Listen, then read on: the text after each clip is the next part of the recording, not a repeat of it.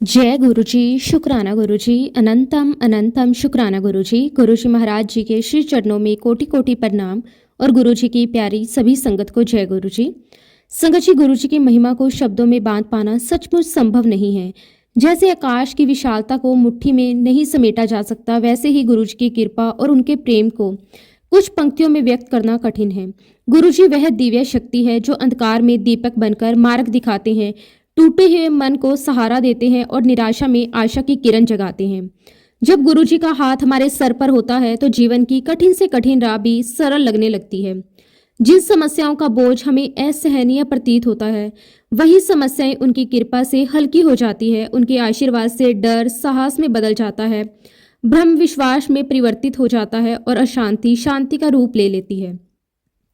गुरुजी की छतर छाया में रहकर हमें ये अनुभव होता है कि हम कभी अकेले नहीं हैं। हर कदम पर उनका स्नेह, उनका संरक्षण और उनका मार्गदर्शन हमारे साथ रहता है। सच तो ये है कि जिस जीवन में गुरुजी का साथ है वह जीवन धन्य है, सफल है और सार्थक है। संगत जी, आज का सत्संग बहुत ही सुंदर, बहुत ही प्यारा सत्संग है। गुरुजी महाराज जी की बहुत ही प्यारी और पुरानी संगत अनीता आंटी का सत्संग है। तो चलिए संगत जी, पूरे श्रद्धा भाव के साथ इस सत्संग को शुरू करते हैं। संगत जी, सत्संग शुरू करने से पहले मैं आप सबसे एक छोटी सी रिक्वेस्ट करना चाहूंगी। अगर अभी तक आपने गुरुजी की संगत चैनल को सब्सक्राइब नहीं किया है तो चैनल को सब्सक्राइब जरूर कर ले, क्योंकि इस चैनल पर आपको गुरुजी की महिमा, गुरुजी की ब्लेसिंग से रिलेटेड सत्संग सुनने को मिलते रहेंगे। तो चलिए संगत जी, सत्संग को शुरू करते हैं। जय गुरुजी, शुक्राना गुरुजी, अनंतम अनंतम शुक्राना गुरुजी। संगत जी, सबसे पहले मैं गुरुजी महाराज जी के श्री चरणों में कोटि कोटि नमस्कार करती हूँ और गुरुजी की सभी संगत को भी मेरा सादर नमस्कार। जय गुरुजी, शुक्राना गुरुजी। संगत जी, आज मैं आप सबके साथ अपने जीवन का एक ऐसा अनुभव शेयर कर रही हूँ जो सिर्फ एक घटना नहीं है, बल्कि मेरे पूरे परिवार के जीवन का टर्निंग पॉइंट है। मैं पूरी कोशिश करूंगी कि बहुत आसान शब्दों में अपना सत्संग, अपनी जर्नी आप सबको बता सकूं, ताकि हर कोई उसे महसूस कर सके। संगत जी, ये वह समय था जब हमारे घर में हंसी जैसे खो गई थी। मेरे पिताजी लगभग 1.5 महीने से अस्पताल में बेहोश थे। मैं खुद डॉक्टर हूँ, इसलिए मुझे उनकी बीमारी की गंभीरता अच्छी तरह समझ में आ रही थी। मशीनों से जुड़ा हुआ उनका शरीर, हर कुछ मिनट में बदलती रिपोर्ट, डॉक्टरों की गंभीर बातें, ये सब देखकर मेरा दिल बैठ जाता था। दिन हो या रात मैं आईसीयू के बाहर या अंदर ही रहती थी। कई बार नर्स कहती, मैडम आप थोड़ा आराम कर लीजिए, लेकिन मैं कैसे जाती। मुझे डर लगता था कि अगर मैं 5 मिनट भी दूर गई तो कहीं कुछ गलत ना हो जाए। इलाज का खर्चा बहुत बढ़ चुका था। हमने अपनी सेविंग लगा दी, कुछ उधार भी लेना पड़ा। घर में छोटे बच्चे थे, पति भी चिंता में रहते थे, भाई बहन भी अपनी पूरी कोशिश कर रहे थे, लेकिन फिर भी हालत में सुधार नहीं आ रहा था। एक दिन ऐसा आया जब मैं अस्पताल के एक कोने में बैठी और अचानक रो पड़ी। मैं बहुत मजबूत बनने की कोशिश कर रही थी, लेकिन अंदर से पूरी तरह खाली हो चुकी थी। मैंने मन ही मन भगवान से कहा, मैंने हमेशा आप पर विश्वास किया, फिर आज जब मुझे आपकी सबसे ज्यादा जरूरत है तो आप कहाँ हैं। मुझे किसी ऐसे सहारे की जरूरत थी जो बिना बोले मेरा दर्द समझ ले और जो मेरे सर पर हाथ रखकर कह दे, डर मत, मैं हूं। एक रात करीब 3 बजे दरवाजा खुला। मेरे भाई शिव अंदर आए। उनके चेहरे पर अजीब सी शांति थी। उन्होंने हमें थोड़ा सा प्रसाद दिया और कहा, मैं गुरुजी के पास गया था, वहां बहुत शांति मिली। बहुत लोगों ने अपने अनुभव सुनाए। सब कह रहे थे कि गुरुजी की कृपा से सब ठीक हो जाता है। मैंने चुपचाप प्रसाद ले लिया। उस रात कई दिनों बाद मुझे गहरी नींद आई। सुबह जब आंख खुली तो मन हल्का था। समस्या वही थी, अस्पताल भी वही था, लेकिन अंदर कुछ बदल गया था। अगले दिन मैंने अपने पति से कहा कि चलो हम भी गुरुजी के दर्शन करते हैं। मन में थोड़ा डाउट भी था। सोचा पता नहीं कैसा होगा, क्या सच में कुछ बदल सकता है, लेकिन अंदर से आवाज आ रही थी, जाना चाहिए। जब मैं गुरुजी के पास पहुंची तो मेरी सारी कल्पना गलत साबित हो गई। मैंने सोचा था कोई साधारण बाबा होंगे, लेकिन वहां तो गुरुजी बैठे थे, चेहरे पर मासूम मुस्कान, आंखों में गहराई, जैसे वह बिना पूछे सब जान रहे हों।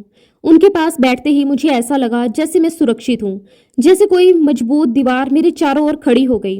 उन्होंने ज्यादा कुछ नहीं कहा, बस इतना कहा, चिंता मत करो, सब ठीक हो जाएगा। उनकी आवाज बहुत सामान्य थी, लेकिन असर असाधारण था। मेरे अंदर जो महीनों से डर और घबराहट थी वह धीरे धीरे पिघलने लगी। अगले दिन मैं अपने 4 साल के जुड़वा बेटों दक्ष और ध्रुव को लेकर गई। रास्ते में मैंने समझाया गुरुजी को प्रणाम करना है। दक्ष ने तुरंत कहा, मैं तो सिर्फ शिवजी के पैर छूऊंगा।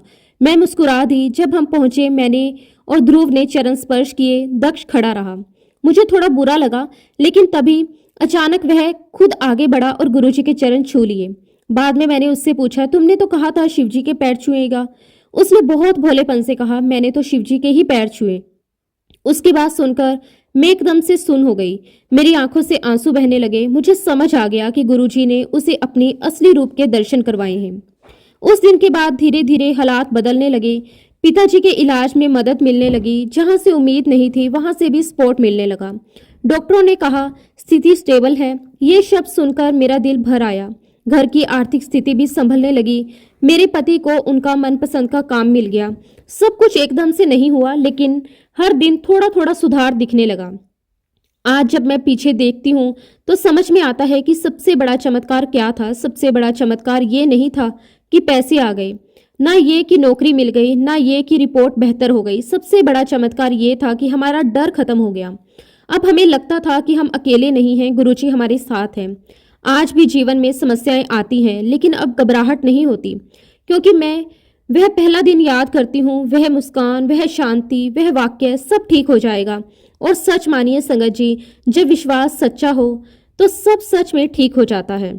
संगत जी, मैं आपके साथ एक और सत्संग शेयर करती हूँ जो कि मेरे बेटे दक्ष से जुड़ा हुआ है। संगत जी, 2000 की बात है। मेरे बेटे दक्ष की तबीयत अचानक खराब रहने लगी थी। उसे बार बार बुखार आता था। उसकी भूख कम हो गई थी, वजन घटने लगा था। उसके शरीर पर छोटी छोटी गांठें सी महसूस होने लगी। एक माँ होने के नाते मेरा दिल घबरा गया और एक डॉक्टर होने के नाते मेरे दिमाग में डरावने डरावने शक आने लगे। हमने कई डॉक्टर्स को दिखाया, एंटीबायोटिक्स भी दी, कई दवाइयां बदली गई, लेकिन कोई खास फर्क नहीं पड़ा। धीरे धीरे लक्षण ऐसे लगने लगे जैसे कोई गंभीर बीमारी हो। मेरा मन बार बार एक ही शब्द पर अटक जाता, कैंसर।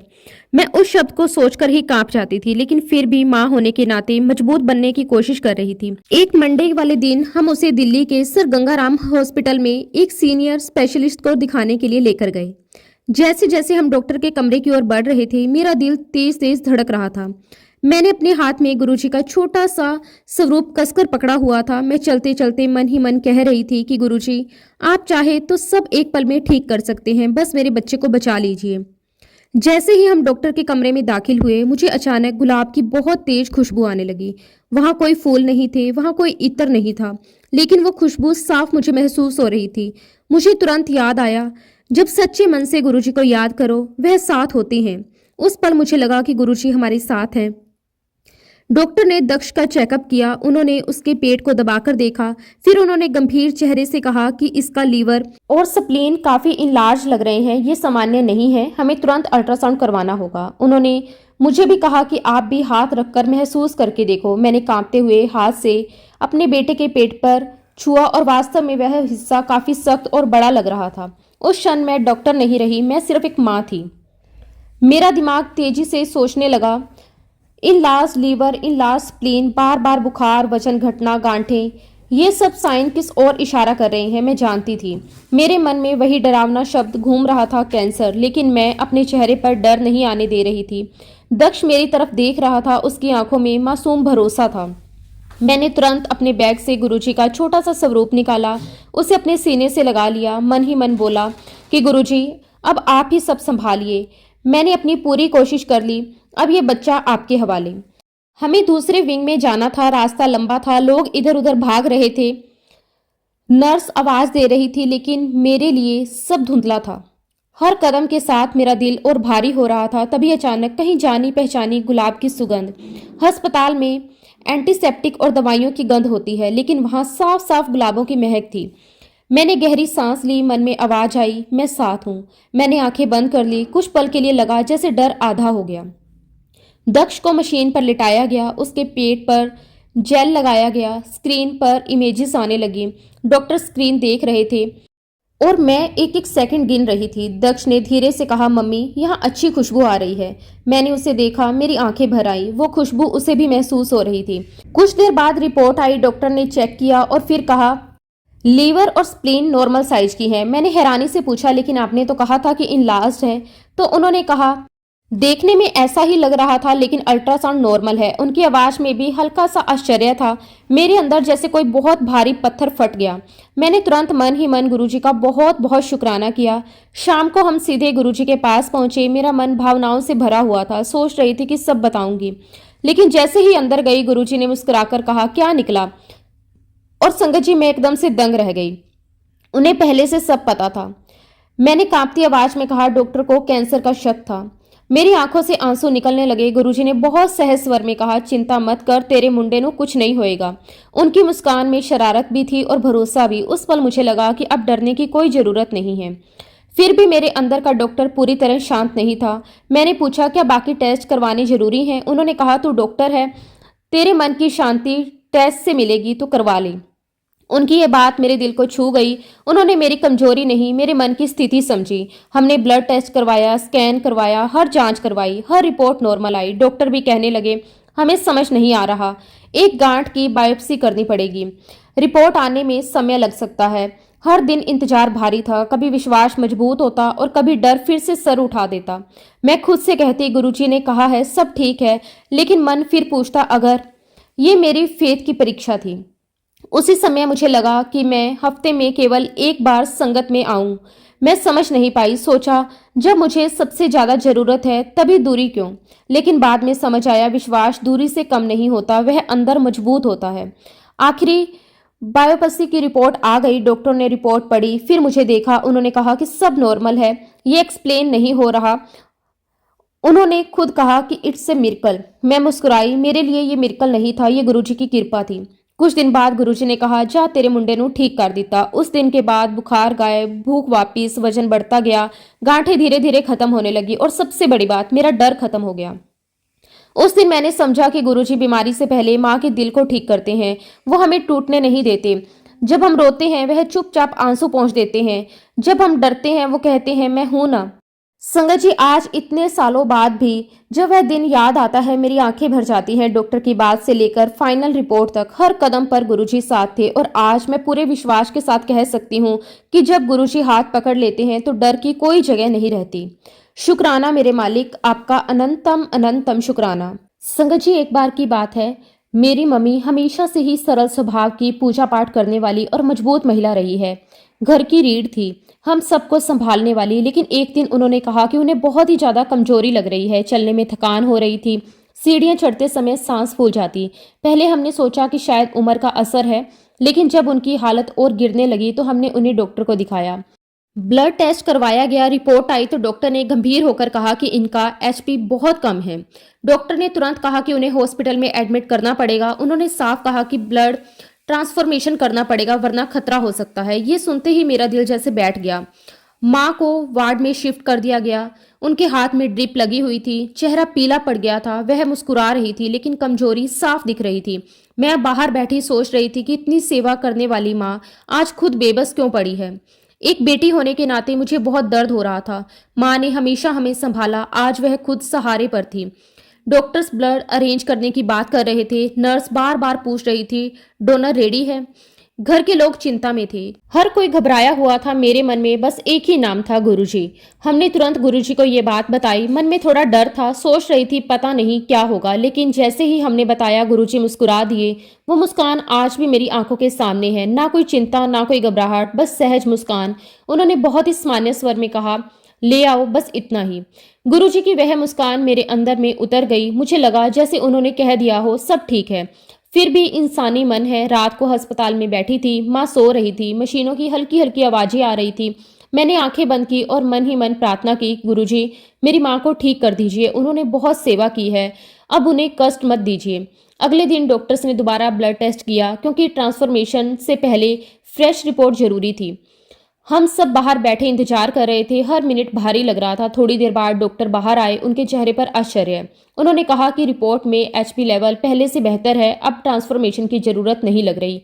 मैंने सोचा कि शायद मैंने गलत सुना है। मैंने पूछा, क्या सच में ब्लड चढ़ाने की जरूरत नहीं है? उन्होंने कहा कि अब नहीं, सब कुछ स्टेबल है। हम सब एक दूसरे को देखने लगे। कल तक जो लेवल बिल्कुल लो था वह अचानक कैसे ठीक हो गया? डॉक्टर खुद भी हैरान थे। उन्होंने कहा कि कभी कभी ऐसा इंप्रूवमेंट रेयर केसेस में दिख जाता है, लेकिन हमें अंदर से पता था कि ये रेयर केसेस नहीं थे, ये तो गुरुजी महाराज जी की कृपा थी। उसी दिन शाम तक माँ को डिस्चार्ज कर दिया गया। वो खुद चलकर बाहर आई, चेहरे पर हल्की मुस्कान थी। मैंने उनका हाथ पकड़ा, मन ही मन कहा, शुक्राना मेरे मालिक, आपका कोटि कोटि शुक्राना। संगत जी, घर आते समय मेरे मन में शांति थी, डर कहीं खो गया था। घर आकर माँ ने कहा, मुझे तो अंदर से लग रहा था कि कुछ नहीं होगा, गुरुजी संभाल लेंगे। उनकी बात सुनकर मेरी आंखें भर आई। कितना विश्वास था उनके अंदर। उस दिन मुझे समझ आया, गुरुजी हमेशा बड़े चमत्कार दिखाकर ही मदद नहीं करते, कभी कभी वह बहुत शांति से, बहुत सहज तरीके से सब कुछ ठीक कर देते हैं। ना कोई शोर, ना कोई दिखावा, बस एक मुस्कान और सब बदल जाता है। गुरुजी किसी को डर में नहीं रखते, वह भरोसा देते हैं, साहस देते हैं। जब हम घबराते हैं वह मुस्कुराते हैं, जब हम रोते हैं तो वह अंदर से सहारा देते हैं। जब डॉक्टर कहते हैं रिस्क है, गुरुजी कहते हैं चिंता ना कर। आज जब मैं अस्पताल की वह रात याद करती हूँ तो मुझे डर नहीं लगता, मुझे वो मुस्कान याद आती है, वह सरल शब्द ले आओ, और अगले दिन सब सामान्य। संगत जी, मैं ये नहीं कहती कि जीवन में कभी समस्या नहीं आएंगी, लेकिन जब गुरुजी का हाथ सर पर हो तो समस्या हमें हिला नहीं पाती। माँ आज स्वस्थ है, घर में फिर वही हंसी है, हमारे दिल में और भी ज्यादा मजबूती से विश्वास जाग गया है। शुक्राना मेरे मालिक, आपका कोटि कोटि शुक्राना। संगत जी, अब मैं अपनी मौसी जी का एक ऐसा अनुभव आपके साथ साझा कर रही हूँ जिसे याद करते ही आज भी मेरी आंखें नम हो जाती हैं और हृदय गुरु जी के प्रति प्रेम से भर जाता है। संगत जी, ये बात कुछ वर्ष पहले की है। मेरी मौसी जी का गुरु जी से कोई सीधा संबंध नहीं था, वे कभी उनके दरबार नहीं गई थी, ना ही उन्होंने उन्हें प्रत्यक्ष रूप से देखा था, लेकिन मैं गुरु जी से जुड़ी हुई थी और उनके चरणों में मेरी गहरी आस्था थी। एक दिन अचानक हमें समाचार मिला कि मौसी जी की तबीयत बहुत खराब हो गई है, वो अचानक अचेत हो गई है। घर में सब घबरा गए हैं, उन्हें तुरंत अस्पताल ले जाया गया। वहां डॉक्टर ने जांच की तो पता चला कि उनका बीपी बहुत ज्यादा बढ़ा हुआ है। डॉक्टरों के चेहरे पर चिंता साफ दिखाई दे रही थी।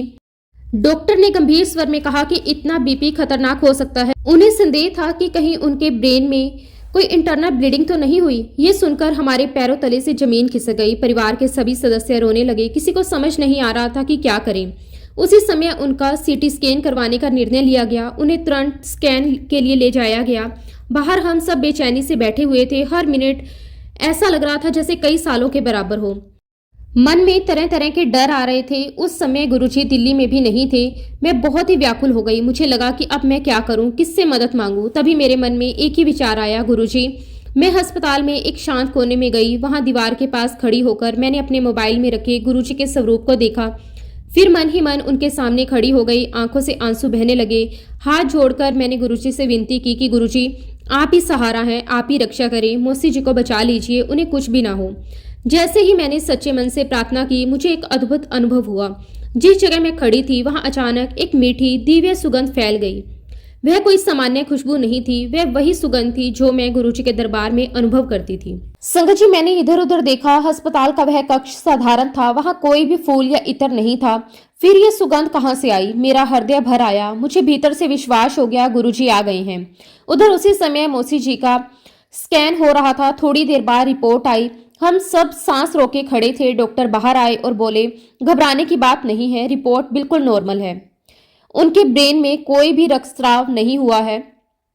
हम सब ने राहत की सांस ली। जो डर हमारे मन में बैठ गया था वह जैसे पल भर में मिट गया। डॉक्टर भी आश्चर्य में थे कि इतने हाई बीपी के बावजूद भी सब कुछ सामान्य कैसे है। उस रात मैं मौसी जी को सोता हुआ छोड़कर घर वापस आ गई। मन में शांति थी पर फिर भी थोड़ा डर था। सोच रही थी कि सुबह क्या स्थिति होगी। अगली सुबह जब मैं जल्दी जल्दी अस्पताल पहुंची तो जो दृश्य मैंने देखा वह मेरे लिए किसी चमत्कार से कम नहीं था। मौसी जी अपने बिस्तर पर बैठी हुई थी। वह पूरी तरह ठीक लग रही थी। उनके चेहरे पर बिल्कुल सामान्य भाव थे। उन्होंने मुझे देखकर हल्की सी स्माइल दी। मैं तो एक पल के लिए स्तंभ रह गई। कल तक जो बिल्कुल अनकॉन्शियस थी, आज वह बिल्कुल स्वस्थ बैठी थी, बात कर रही थी। मैंने उनसे पूछा, मौसी जी रात कैसी रही? उन्होंने बहुत ही सरल भाव से कहा कि रात को कोई सफेद वस्त्र पहने हुए आया था। उसने मुझे प्यार से उठने को कहा। जैसे ही उसने कहा मुझे लगा कि मैं ठीक हो रही हूँ।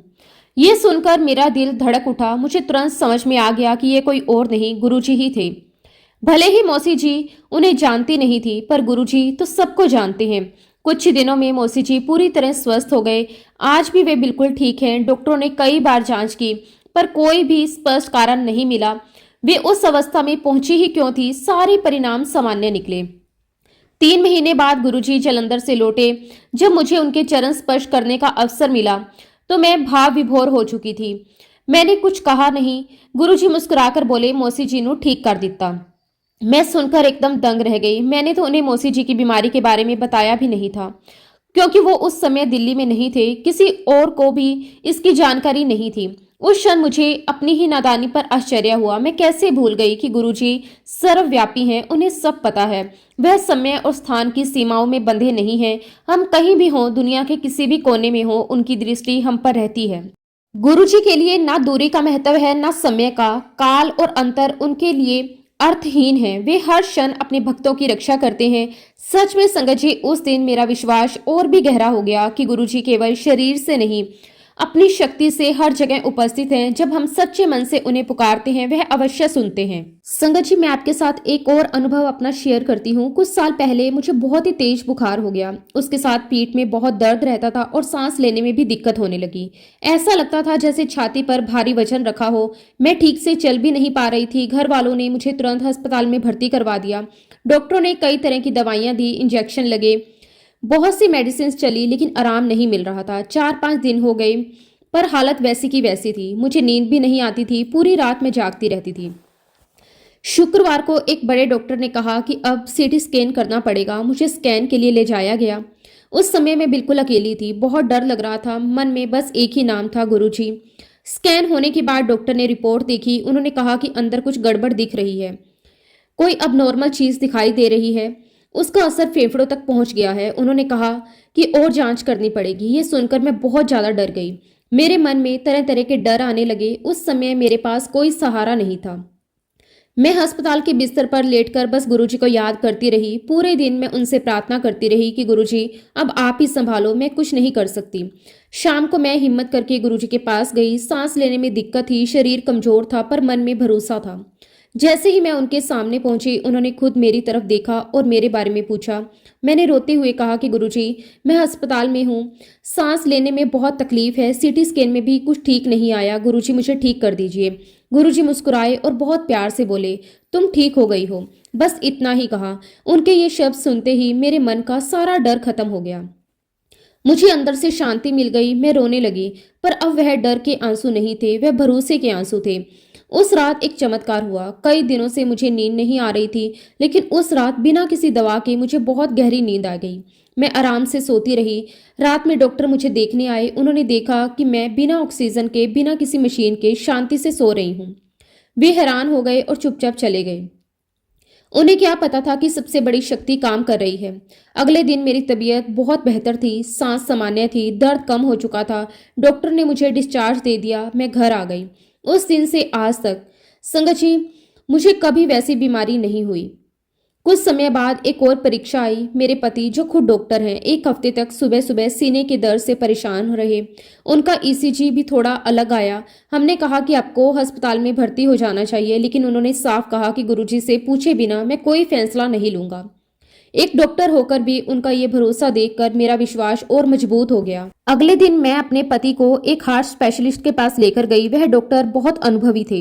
उन्होंने पहले की रिपोर्ट्स और ईसीजी ध्यान से देखा। उनके चेहरे का भाव बदल गया। उन्होंने गंभीर आवाज में कहा कि पहले एनालिसिस में जो बदलाव आए हैं वे साफ दिखाई दे रहे हैं और काफी ज्यादा हैं। उन्होंने तुरंत कुछ और टेस्ट करवाने के लिए कहा। डॉक्टर की बात सुनकर मेरे मन में फिर डर बैठ गया। अरुण बाहर से शांत थे, लेकिन मैं अंदर से टूट रही थी। बार बार यही सोच रही थी कि कहीं सर्जरी की नौबत ना आ जाए। डॉक्टर के क्लिनिक से निकलते ही हमने एक दूसरे की तरफ देखा और बिना कुछ सोचे सीधे गुरुजी के पास जाने का निश्चय कर लिया। हमें पता था कि उस समय गुरुजी से मिलना आसान नहीं होगा, फिर भी मन ने कहा कि चलो उनके दर पर चलते हैं। हम वहां पहुंचे। मन में प्रार्थना थी, बस एक झलक मिल जाए। जैसे ही हम अंदर गए, हमें बहुत बड़ा आश्चर्य हुआ। तुरंत ही गुरुजी के दर्शन हो गए। ऐसा लगा जैसे वह हमारा ही इंतजार कर रहे हों। हमें देखते ही गुरुजी मुस्कुराए और बोले, अब अरुण को ठीक करवाने आए हो। ये सुनकर मेरी आंखों से आंसू बहने लगे। हमने तो कभी कुछ कहा भी नहीं था। उन्हें पहले से सब पता था। मैंने भावुक होकर पूरी बात बताई, रिपोर्ट्स, डॉक्टर की चिंता, आगे के टेस्ट। मैं बोलते बोलते रो पड़ी। मुझे डर था कि कहीं कुछ बड़ा ना निकल आए। गुरुजी ने बहुत शांति से अपना हाथ हिलाया और बोले, कुछ भी नहीं है, अरुण ठीक हो जाएगा। उनकी आवाज में इतना भरोसा था कि उसी पल मेरा डर आधा हो गया। फिर उन्होंने अरुण की तरफ देखा और कहा, डॉक्टर के पास फिर मत जाना, अपने ऑफिस जाओ। हम दोनों एक दूसरे को देखने लगे। जहां डॉक्टर एडमिट करने की बात कर रहे थे वहां गुरुजी उन्हें वहां जाने के लिए मना कर रहे थे। फिर गुरुजी ने मुस्कुराते हुए कहा कि रोज थोड़ा कनक का सत खाया करो और 2 पैग विस्की भी लाया करो। हम समझ गए कि ये केवल दवा नहीं बल्कि उनका आशीर्वाद है। गुरुजी जो कहते हैं उसमें भी एक कृपा छिपी होती है। अरुण ने उनके कहे अनुसार ही किया। धीरे धीरे उनका दर्द कम होने लगा। जो तकलीफ थी वो घटती चली गई। कुछ ही दिनों में वह सामान्य महसूस करने लगी। कुछ हफ्ते के बाद जब हम फिर गुरुजी के पास गए तो उन्होंने खुद अरुण को बुलाकर कहा, मैंने तेरा दिल ठीक कर दिता, नहीं तो तेरी सर्जरी हो जानी सी। ये सुनकर हमारा दिल भर आया। डॉक्टर जहां ऑपरेशन की आशंका जता रहे थे वहां गुरुजी ने बिना चाकू के सब ठीक कर दिया। आज अरुण बिल्कुल स्वस्थ हैं। वो अपना काम सामान्य रूप से कर रहे हैं। हमारी पूरी फैमिली खुश है। हम हर दिन गुरुजी का शुक्राना करते हैं कि उन्होंने हमारा घर बचा लिया। हम प्रार्थना करते हैं कि वह सदा अपनी कृपा दृष्टि हम पर बनाए रखें। संगत जी, गुरु जी की दया केवल हम पर नहीं रही, मेरी बहन के साथ भी एक बहुत बड़ा अनुभव हुआ। एक बार वह बीमार पड़ी, टेस्ट हुए और रिपोर्ट में किसी गांठ की समस्या आई। ये सुनकर हम सब घबरा गए। मन में बहुत डर बैठ गया। हम तुरंत गुरुजी के पास गए, सारी बात बताई। गुरुजी ने बहुत प्यार से मेरी बहन को आशीर्वाद दिया और कहा, तेनू कुछ नहीं है, सब ठीक हो जाएगा। उनके शब्दों में इतना विश्वास था कि मेरी बहन का डर उसी समय कम हो गया। अगले दिन सुबह लैब से फोन आया। उन्होंने कहा कि सैंपल में गलती हो गई है, रिपोर्ट गलत थी। दोबारा जांच में सब नॉर्मल आया। मेरी बहन बिल्कुल ठीक थी। उस दिन हमें समझ आया कि असली रिपोर्ट तो गुरुजी की होती है। ऐसा भी नहीं है कि केवल हमारे परिवार को ही उनका प्रेम मिला, बल्कि हमारे पड़ोस में रहने वाले सेठी जी को अचानक गंभीर प्रॉब्लम हो गई। उनकी हालत बहुत खराब हो गई थी। डॉक्टरों ने साफ कहा था कि स्थिति नाजुक है और ठीक होने की संभावना बहुत कम है। उनके परिवार वाले रो रो कर परेशान थे। हमने उन्हें गुरुजी के बारे में बताया। वो भी गुरुजी के चरणों में पहुंचे और आशीर्वाद लिया। गुरुजी ने उन्हें भी आश्वासन दिया। धीरे धीरे उनकी हालत में सुधार आने लगा। डॉक्टर भी हैरान थे कि इतनी गंभीर बीमारी से वह कैसे उबर रहे हैं। कुछ ही दिनों में सेठी जी अस्पताल से घर लौट आए। आज वे पूरी तरह स्वस्थ हैं और अपने काम पर भी जा रहे हैं। संगत जी, इन सब घटनाओं ने हमें एक ही बात सिखाई, जब गुरुजी का हाथ सर पर हो तो बड़ी से बड़ी समस्या भी छोटी हो जाती है। संगत जी, बस हमें गुरुजी पर भरोसा रखना चाहिए, गुरुजी पर विश्वास रखना चाहिए। गुरुजी हर पल हर हाल में अपनी संगत का कल्याण करते हैं। शुक्राना मेरे मालिक, आपका अनंतम अनंतम शुक्राना। जितना भी आपका शुक्राना करें उतना कम है। संगत जी, जब हम गुरुजी के पास जाया करते थे तब एक मान सिंह नाम का एक व्यक्ति बहुत दुखी मन से गुरुजी के पास आया। उसके हाथ में अपने भाई की एक फोटो थी। उसके चेहरे पर चिंता साफ दिखाई दे रही थी। आंखें लाल थी, जैसे कई रातों से ठीक से सोया ना हो। वह गुरुजी के चरणों में बैठ गया। उसने कुछ कहा भी नहीं था। किसी ने गुरुजी को उसके बारे में कुछ बताया भी नहीं था। लेकिन जैसे ही वह सामने आया, गुरुजी ने उसकी तरफ देखा और उसे पहचान लिया। गुरुजी ने खुद पूछा, भाई दी फिक्र लेके आया है? ये सुनते ही मान सिंह रो पड़ा। उसने फोटो आगे बढ़ाई और कहा कि गुरुजी, मेरा भाई बहुत बीमार है, उसे बचा लीजिए। उसका भाई गंभीर रूप से ब्रेन फीवर से पीड़ित था। हालत इतनी खराब थी कि आईसीयू में रखा जा रहा था। वह वेंटिलेटर पर था, सांस मशीन की मदद से चल रही थी। उसके गुर्दे भी ठीक से काम नहीं कर रहे थे, इसलिए उसका डायलिसिस भी हो रहा था। डॉक्टर ने परिवार को साफ शब्दों में कह दिया था कि हालत बहुत नाजुक है। उन्होंने उम्मीद लगभग छोड़ दी थी। घर का माहौल शोक जैसा हो गया था। सब रो रो कर थक चुके थे। मानसी के पास कोई सहारा नहीं बचा था। आखिरी उम्मीद लेकर वह गुरुजी के पास आया। गुरुजी ने फोटो अपने हाथ में ली, कुछ पल उसे देखा, फिर बहुत शांति से बोले, चिंता मत कर, सब ठीक हो जाएगा। उनके शब्दों में ऐसा भरोसा था कि मानसी के मन का बोझ हल्का हो गया। सिर्फ आशीर्वाद ही नहीं, गुरुजी इस समय उसके भाई को देखने अस्पताल भी गए। ये सुनकर सब हैरान रह गए। आईसीयू में जहां आम लोगों को भी अंदर जाने की अनुमति नहीं होती, वहां गुरुजी पहुंचे। कहते हैं कि जब गुरुजी उस कमरे में गए तो वहां का माहौल ही बदल गया। जो परिवार के लोग कई दिनों से रो रहे थे, उनके मन में अचानक आशा की किरण जाग उठी। डॉक्टरों ने फिर भी कहा था कि स्थिति गंभीर है, लेकिन धीरे धीरे एक चमत्कार होने लगा। कुछ दिनों में उसकी हालत स्थिर होने लगी। वेंटिलेटर की जरूरत कम होने लगी। डायलिसिस की फ्रीक्वेंसी भी घटने लगी। डॉक्टर खुद आश्चर्य में थे। जहां रिकवरी की उम्मीद बहुत कम थी, वहां सुधार कैसे हो रहा है। एक हफ्ता बीता, फिर दूसरा हफ्ता, और ठीक 2 हफ्तों के भीतर वह व्यक्ति जिसे डॉक्टरों ने लगभग जवाब दे दिया था, आईसीयू से बाहर आ गया। कुछ ही दिनों में उसे डिस्चार्ज कर दिया गया। पूरा परिवार खुशी से रो पड़ा। जो घर कुछ दिन पहले दुख से भरा था, वहां अब खुशियों का माहौल था। मान सिंह बार बार यही कहता रहा, ये मेरे भाई की दूसरी जिंदगी है, ये गुरुजी की कृपा है। संगत जी, उसके बाद उसका भाई कई सालों तक बिल्कुल ठीक रहा। गुरुजी की कृपा से गुरुजी ने उसके कई साल ब्लेस किए। परिवार के सभी सदस्य हर दिन गुरुजी का धन्यवाद करते। वो कहते हैं कि अगर उस समय गुरुजी का सहारा ना मिलता तो शायद उनका भाई उनके साथ ना होता। संगत जी, जब सारी दुनिया उम्मीद छोड़ देती है, तब भी गुरुजी उम्मीद नहीं छोड़ते। उनकी कृपा से असंभव भी संभव हो जाता है। उसके परिवार के सदस्य उसको नई जीवन देने के लिए गुरुजी का आज भी शुक्राना करते हैं। शुक्राना मेरे मालिक, आपका अनंतम अनंतम शुक्राना। जितना भी गुरुजी महाराज जी का शुक्राना किया जाए उतना कम है। शुक्राना, अनंतम अनंतम शुक्राना। संगत जी, मैं अपना एक छोटा सा सत्संग आपके साथ और शेयर करती हूँ। संगत जी, ये सत्संग मेरे दिल के बहुत करीब है। मेरे जुड़वा बच्चे हैं। दोनों एक ही दिन एक ही समय के आसपास पैदा हुए थे। बचपन से ही दोनों में बहुत प्यार भी था, लेकिन एक छोटी सी बात पर हमेशा झगड़ा हो जाता था, कौन बड़ा है। दोनों कहते मैं बड़ा हूं, दूसरा तुरंत कहता नहीं मैं बड़ा हूं। घर में ये बात मजाक का विषय भी बन जाती, लेकिन कई बार सच में दोनों बहस करने लगते। मैं समझाती, हंसकर टाल देती, लेकिन उनके मन में ये सवाल बना रहता। जन्म के समय थोड़ी कॉम्प्लिकेशंस हो गई थी। डॉक्टरों का ध्यान छोटे बच्चे की हालत संभालने में ज्यादा था, इसलिए उसका एग्जैक्ट बर्थ टाइम ठीक से नोट नहीं हो पाया। बड़े बच्चे का समय दर्ज हो गया था, लेकिन छोटे का नहीं। इसलिए सच में हमें भी ठीक ठीक पता नहीं था कि कौन कितने मिनट बड़ा है और कौन छोटा। एक दिन हम गुरुजी के पास गए हुए थे, दोनों बच्चे भी साथ में थे। वहां भी वही बात शुरू हो गई। दोनों फिर आपस में कहने लगे मैं बड़ा हूं, नहीं मैं बड़ा हूं। गुरुजी सब देख रहे थे, उनके चेहरे पर हल्की सी मुस्कान थी। अचानक उन्होंने बड़े वाले की तरफ उंगली उठाई और बहुत सहज भाव से बोले, ये 6 मिनट बड़ा है। उनकी बात सुनकर मैं एकदम चौंक गई। मैंने बच्चों की तरफ देखा, फिर गुरुजी की तरफ। मैं मन ही मन सोचने लगी, उन्हें ये कैसे पता, क्योंकि जन्म के समय तो छोटे बच्चे का जो समय था वो दर्ज ही नहीं हुआ था। डॉक्टर को भी नहीं पता था, फिर गुरुजी को ये बात कैसे मालूम। मेरे मन में ये सवाल चल ही रहा था कि गुरुजी मेरी ओर मुड़े, जैसे उन्होंने मेरे मन की बात सुन ली हो। उन्होंने मुस्कुराकर कहा, मैंने ही इन बच्चों के लिए तुम्हें आशीर्वाद दिया था, इसलिए मुझे पता है। उनके ये शब्द सुनकर मेरी आंखें भर आई। मैं सोचने लगी, ये तो उस समय की बात है जब मैं गुरुजी से मिली भी नहीं थी।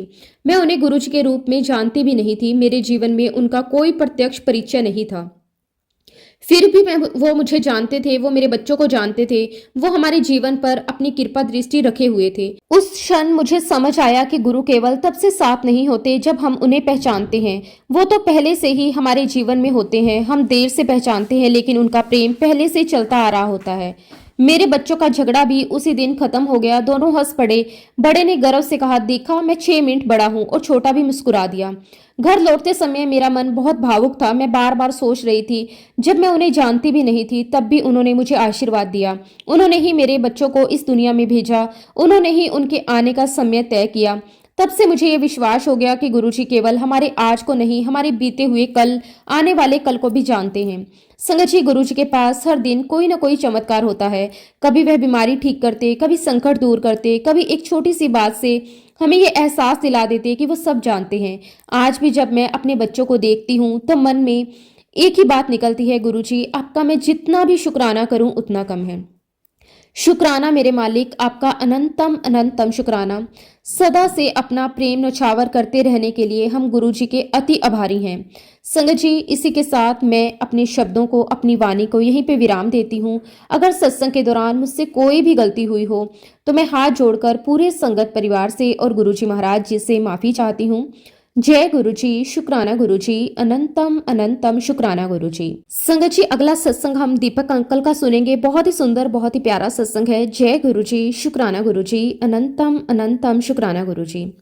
संगत जी, मैंने आपको पहले भी जैसे कि बताया कि गुरुजी के साथ मैं अपनी वाइफ के किसी एक फ्रेंड के थ्रू जुड़ा था, और संगत जी उसके बाद का जो मेरा सत्संग है वो मैं आपके साथ आगे कंटिन्यू करता हूँ।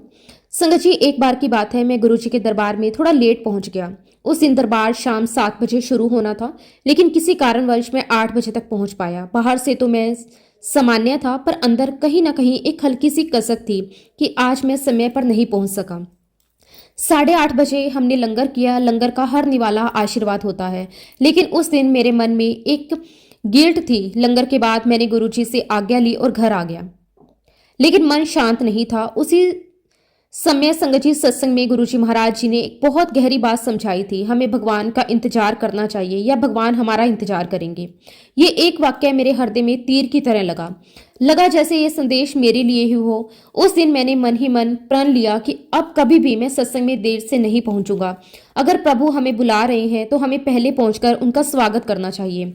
संगत जी, वह दिन और आज का दिन है। मैं हमेशा सत्संग के समय से पहले पहुंचता हूँ, दरबार में बैठकर प्रतीक्षा करता हूँ ताकि जब गुरुजी आए तो मन पूर्ण श्रद्धा से झुक सके। तब तक हमने सत्संग से सुना था कि गुरुजी हवा में डिवाइन प्रसाद प्रकट करते हैं। मन में एक हल्की सी इच्छा थी, क्या कभी ऐसा सौभाग्य मिलेगा कि मैं अपनी आंखों से ये लीला देख सकूंगा। एक दिन हम दरबार में बैठे हुए थे, वातावरण बहुत शांत था। अचानक दरबार में हलचल सी होने लगी। किसी ने कुछ कहा नहीं, पर सबके चेहरे पर आश्चर्य था। और तभी पूरे दरबार में एक अनोखी सुगंध फैल गई। वह साधारण खुशबू नहीं थी, ऐसा लगा जैसे किसी दिव्य लोक से सुगंध का झोंका आया हो। वह खुशबू इतनी मधुर, इतनी शीतल और इतनी पवित्र थी कि मन ध्यान मगन हो गया। हमने देखा कि गुरुजी महाराज जी ने अपने हाथों में डिवाइन प्रसाद प्रकट किया। संगत जी, वह दृश्य शब्दों में बयान नहीं किया जा सकता। वह क्षण समय से परे था। पास बैठकर सेवादार अंकल को गुरुजी ने वह प्रसाद दिया और उन्होंने पूरी संगत में वितरित किया। जब वह प्रसाद मेरे हाथों में आया तो हाथ कांप रहे थे। मन में यही भाव था, अगर यही खा लिया तो ये प्रसाद है, दवाई है, आशीर्वाद है, और अगर घर ले गया तो ये मिठाई बन जाएगी। जैसे ही मैंने उस प्रसाद का एक छोटा सा कण अपनी जुबान पर रखा, संगत जी, ऐसा लगा जैसे भीतर पूरा शरीर ठंडा हो गया, जैसे भीतर कोई ज्वाला शांत हो गई, जैसे आत्मा को अमृत मिल गया हो। घर आकर मैंने वो प्रसाद पूरे परिवार को दिया। जिस पर्ची में वह प्रसाद रखा था, सालों तक उस पर्ची में वही दिव्य खुशबू आती रही। सोचिए संगत जी, वह खुशबू क्या थी? वह केवल सुगंध नहीं थी, वह गुरु कृपा की उपस्थिति थी। हम सबकी आत्मा तृप्त हो गई, आंखों से आंसू बहने लगे, पर वह आंसू आनंद के थे। मैंने बार बार गुरुजी का शुक्राना किया। गुरुजी, आपने हमें इस सौभाग्य के योग्य समझा। आपका मैं जितना भी शुक्राना करूं उतना कम है। एक बार की बात है संगत जी, मैं और मेरा एक दोस्त गुरुजी महाराज जी के दर्शन के लिए मंदिर पहुंचे। हम दोनों लंगर कर रहे थे। उस दिन गुरुजी की दृष्टि बार बार हमारी ओर आ रही थी। तभी गुरुजी ने एक सेवादार अंकल को बुलाया। उन्होंने कुछ कहा। क्या कहा ये तो हमें नहीं पता, लेकिन यह स्पष्ट था कि बात हमारे बारे में थी। मैं भी चश्मा पहनता हूं और मेरा जो दोस्त है वो भी चश्मा पहनता था। मैंने उससे कहा कि आज कुछ होने वाला है। किसके साथ होगा ये नहीं पता, लेकिन कुछ विशेष जरूर होगा। मनुष्य की आदत है कि वह अपने मन से अनुमान लगाता है। हमने भी वही किया। हमने सोचा कि आज हम सेवादार अंकल की नजर में नहीं आएंगे। भीड़ की आड़ लेकर चुपचाप गुरुजी के चरण स्पर्श करेंगे और निकल जाएंगे। हमने वैसा ही किया। संगत की आड़ लेकर चरण छुए और दरबार से बाहर निकलकर गाड़ी तक पहुंच गए। मन में हल्की सी राहत थी कि आज तो बच गए। लेकिन संगत जी, गुरुजी से कौन बच सकता है? जैसे ही हम गाड़ी तक पहुंचे, अचानक वही सेवादार अंकल हमारे सामने आ खड़े हुए। हम दोनों एक दूसरे को देखने लगे। अंकल ने मुस्कुराकर कहा, आप दोनों को अब हर हफ्ते फ्राइडे को ही आना है। मैंने आश्चर्य से पूछा, अंकल आप यहाँ कैसे? उन्होंने कहा, मैं गाड़ी से सामान निकालने आया था। पर संगत जी, ये तो बहाना था। असली बात तो ये थी कि गुरुजी को अपना संदेश हम तक पहुंचाना था, इसलिए उन्होंने अंकल को बाहर भेज दिया। देखिए गुरुजी की लीला। हमने सोचा हम नजरों से बच जाएंगे, पर गुरुजी की नजर से कौन बच सकता है? हमने सोचा हम निर्णय करेंगे, पर असली निर्णय तो पहले ही हो चुका था। उस दिन से हर शुक्रवार हमारा निश्चित दिन बन गया और धीरे धीरे समझ आया कि ये केवल बुलावा नहीं था, ये स्वीकार था, ये केवल आदेश नहीं था, ये अपनापन था। संगत जी, गुरुजी की लीला अपार है। कभी समय की सीख देकर हमें अनुशासन सिखाते हैं, कभी प्रसाद देकर आत्मा को तृप्त कर देते हैं, और कभी एक सेवादार के माध्यम से जीवन की दिशा तय कर देते हैं। आज भी जब उन पलों को याद करता हूँ तो हृदय भर आता है। गुरुजी का हर एक इशारा, हर दृष्टि, हर शब्द हमारे जीवन को संवारने के लिए था। शुक्राना मेरे मालिक, आपका अनंतम अनंतम शुक्राना। संगत जी, अंकल जी ने हमें फ्राइडे को आने के लिए कहा, लेकिन सच बताऊं तो उस समय मेरे भीतर थोड़ा सा अहंकार भी था। मैंने मन ही मन सोचा, मैं अंकल की बात क्यों मानूं? मैं तो रोज ही आऊंगा, मुझे कौन रोक सकता है। अगले ही दिन मैं गुरुजी के पास गया, माथा टेका। जैसे ही गुरुजी की नजर मुझ पर पड़ी, गुरुजी ने सीधा कहा, तेनू फ्राइडे किया सी, तू फ्राइडे आ। संगत जी, उस क्षण मेरा सिर झुक गया।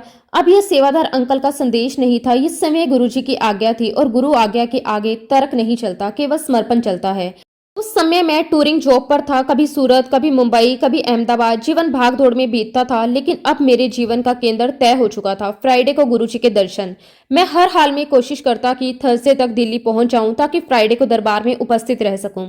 कई बार फ्लाइट, कई बार ट्रेन, कई बार बस, लेकिन मन में केवल एक ही लक्ष्य होता, गुरुजी के दर्शन। एक बार मुझे सूरत से दिल्ली आना था। मैंने पहले ही थर्सडे की टिकट करवा ली थी, लेकिन संगत जी, जब चार्ट बना तो मेरी टिकट वेटिंग लिस्ट पर थी। हम आमतौर पर वेटिंग लिस्ट एक को टेंशन नहीं मानते, सोचते हैं क्लियर हो जाएगी, लेकिन उस दिन पता नहीं क्यों मन में हल्की सी बेचैनी थी। मैं स्टेशन पहुंचा, चार्ट चेक किया, अब भी वेटिंग लिस्ट एक। मैंने हर संभव प्रयास किया, पूछताछ, काउंटर, हर जगह कोशिश की, पर कोई समाधान नहीं। मुझे बताया गया कि टीटी से बात कर लो। मैं टीटी के पास पहुंचा, विनम्रता से पूरी बात बताई, मुझे दिल्ली जाना बहुत जरूरी है। टीटी ने सख्त लहजे में कहा, गलती से भी इस ट्रेन में चढ़ मत जाना। अगर चढ़ गए तो पैसे तो लूंगा ही, और बड़ौदा में उतार भी दूंगा। मैंने हाथ जोड़कर कहा, आप जितने टिकट के पैसे बनते हैं डबल ले लेना, लेकिन मेरा दिल्ली जाना बहुत जरूरी है। पर संगत जी, वह नहीं माना। उसने साफ मना कर दिया। मैं प्लेटफॉर्म पर खड़ा रहा और मेरे सामने से ट्रेन धीरे धीरे चल पड़ी। जैसे जैसे ट्रेन आगे बढ़ती गई, मेरे भीतर कुछ टूटता गया। मुझे लगा गुरुजी के दर्शन भी दूर होते जा रहे हैं। मन भारी हो गया, आंखें नम हो गई। मैंने मन ही मन कहा कि गुरुजी, अब तो मैं फ्राइडे को आपके दर्शन नहीं कर पाऊंगा। तभी अचानक अनाउंसमेंट हुई, यहाँ से जयपुर जाने वाली ट्रेन 10 मिनट में प्लेटफॉर्म पर आएगी। मैंने सोचा अगर जयपुर पहुंच जाऊं तो वहां से बस पकड़कर दिल्ली आ सकता हूं, पर टिकट लेने का समय नहीं था। अगर काउंटर पर जाता तो ट्रेन छूट जाती। उसी समय पता नहीं कहां से एक कुली मेरे पास आया। वह बोला, साहब जी क्या बात है, परेशान लग रहे हो। मैंने जल्दी जल्दी पूरी बात बताई। उसने कहा कि साहब जी आप यहीं खड़े रहो, मैं टिकट लेकर आता हूँ। मैंने सोचा ये कौन है, क्यों मदद कर रहा है, लेकिन उस समय मेरे पास कोई सोचने का समय नहीं था। कुछ ही मिनटों में ट्रेन आ गई और संगत जी, आश्चर्य की बात, जहां मैं खड़ा था ठीक वहीं एसी कोच आकर रुका। टीटी गेट पर ही था। मैंने कहा कि मुझे जयपुर जाना है, सीट मिल सकती है। उसने सहजता से कहा, पूरी ट्रेन खाली है, जहां बैठना है बैठ जाओ। मैंने कहा कि मेरे पास टिकट नहीं है। वो बोला, कोई बात नहीं, जहां से बैठे हो वहीं से बना दूंगा। संगत जी, जो बात सूरत से असंभव थी यहां सहज हो गई। मैं सीट पर बैठा ही था कि कुली मेरी टिकट लेकर आ गया। मैंने उसे पैसे दिए। उसने मुस्कुराकर कहा, हो जाएगा साहब जी, और ट्रेन चल पड़ी। करीब 10:30 या 11 बजे मैं जयपुर पहुंचा। सीधा बस स्टैंड भागा और बस दिल्ली के लिए तैयार खड़ी थी। उसमें केवल एक सीट खाली थी, पीछे वाली। पर मैंने मन में केवल एक विचार था, मुझे गुरुजी के दर्शन करने हैं। मैंने बिना सोचे सीट ले ली। अगली बस 1 घंटे बाद थी और मेरे पास समय नहीं था। बस में बैठते ही मैंने अपनी आंटी को फोन किया, मैं आ रहा हूँ, साबुन, तौलिया और कपड़े लेकर बस स्टैंड पर आ जाना।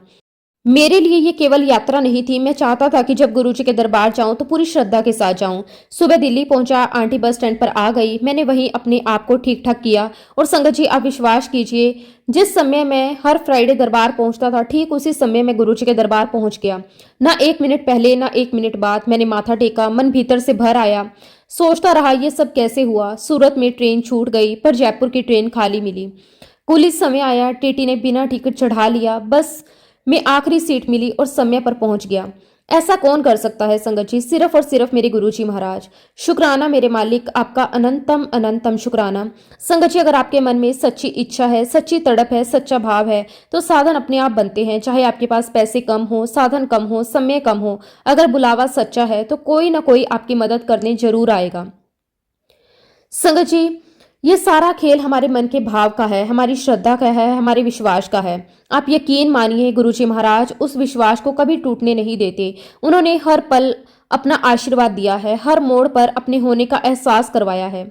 संगत जी, मैं आप सबसे यही कहूंगा कि गुरुजी पर हमेशा विश्वास करें, अपने आप को पूरी तरह उनके चरणों में समर्पित कर दें, सच्ची श्रद्धा रखें और सब कुछ गुरुजी पर छोड़ दें, क्योंकि हमारे जीवन के पालनहार गुरुजी महाराज हैं। वे सब जानते हैं कि हमारे लिए क्या सही है और क्या गलत। मैं गुरुजी महाराज जी का जितना भी शुक्राना करूं उतना कम है। शुक्राना मेरे मालिक, आपका अनंतम अनंतम शुक्राना, कोटि कोटि शुक्राना। संगत जी, इसी के साथ मैं अपने शब्दों को, अपनी वाणी को यहीं पे विराम देता हूँ। जब भी गुरुजी महाराज मुझे आज्ञा देंगे, मैं अपना अगला शुक्राना सत्संग आप सबके साथ जरूर शेयर करूंगा। जय गुरुजी, शुक्राना गुरुजी, अनंतम अनंतम शुक्राना गुरुजी। ओम नमः शिवाय, शिवजी सदा सहाय। ओम नमः शिवाय, गुरुजी सदा सहाय। जय गुरुजी, शुक्राना गुरुजी।